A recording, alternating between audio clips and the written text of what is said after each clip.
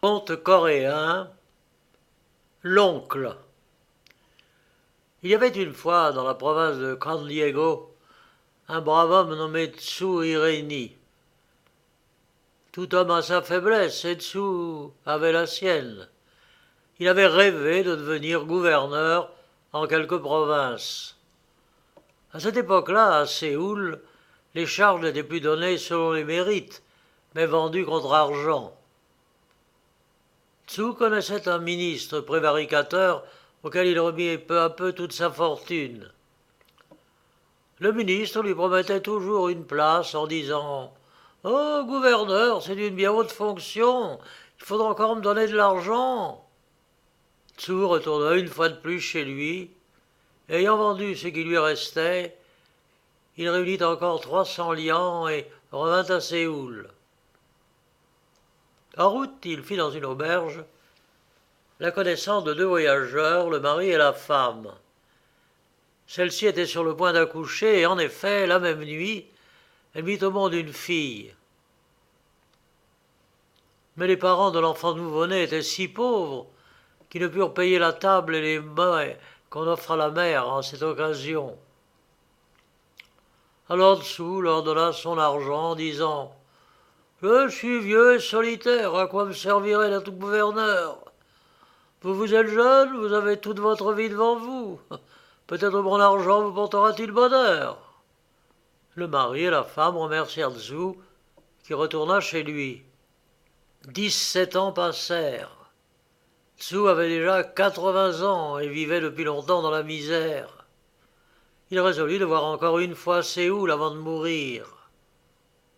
« Oh, peu importe l'endroit où je mendie, dit-il avec un triste sourire à ses voisins. Ceux-ci l'écoutaient en hochant la tête. Il avait dépensé une fortune qui eût suffi à tout autre que lui. Pendant 2 siècles, il n'avait rien obtenu.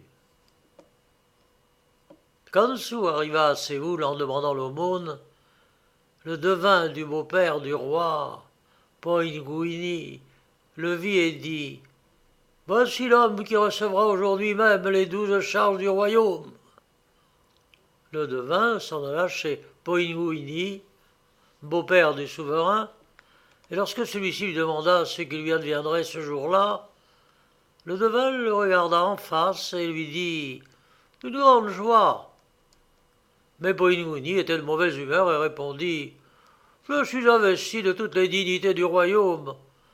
Le roi est l'époux de ma fille. Quelle joie puis-je encore éprouver? À coup sûr, on ne m'offrira pas le trône. Qu'y a-t-il donc de nouveau? » « J'ai rencontré aujourd'hui un vieux mendiant, dit le devin, et j'ai lu sur son visage qu'il recevrait aujourd'hui les 12 charges du royaume. »« Tu te moques de moi. En ai-je l'air? Bien, mais si demain ce mendiant est resté mendiant, t'auras la tête tranchée. Allez, va me chercher cet homme. » J'ai joué ma tête en parlant, pensa le devin. Et il partit à la recherche du mendiant. Il le retrouva et l'amena au palais. Tout le monde voulut voir le vieillard, entre autres la belle-mère du roi. « Mon devin, t'a-t-il dit que tu recevrais aujourd'hui les 12 charges du royaume? Comment cela peut-il se faire? »« Je ne sais ce qui arrivera, mais je sais ce qui est, répondit le mendiant. Et ce qui est, c'est ce que je n'ai encore jamais rien mangé d'aujourd'hui. »« Donnez-lui à manger, dit le beau-père du roi. »« Moi, j'ai déjà entendu, je ne sais où ni quand, cette voix joyeuse et narquoise, dit la femme. »« Écoute, vieillard, nous te donnons à manger à condition que tu nous fasses connaître toutes tes bonnes œuvres, ajouta son époux. Oh, le récit de mes bonnes œuvres ne me prendra pas beaucoup de temps. Toutes ensemble, elles ne valent pas une tasse de millet. Il n'y en a qu'une en tout. Et pour tout, j'ai secouru une fois 2 pauvres gens.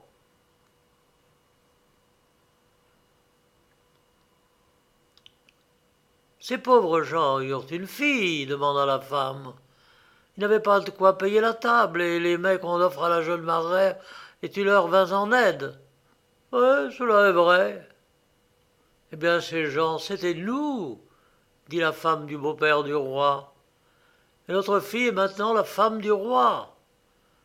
Depuis lors, je n'ai cessé de supplier le ciel afin que tu sois retrouvé, tant j'étais impatient de remercier celui qui nous a secourus dans notre détresse.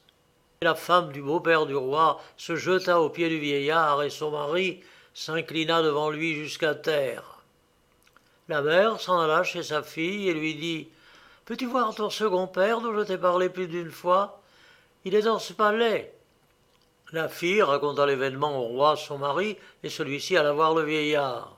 « Bien comme nous avons un père, dit le roi, nous appellerons ce vieillard oncle, titre qui, comme on le sait, est aussi important que les 12 charges gouvernementales. » Et le devin du beau-père du roi acquit une telle réputation qu'il gagna bientôt une fortune égale à celle du monarque.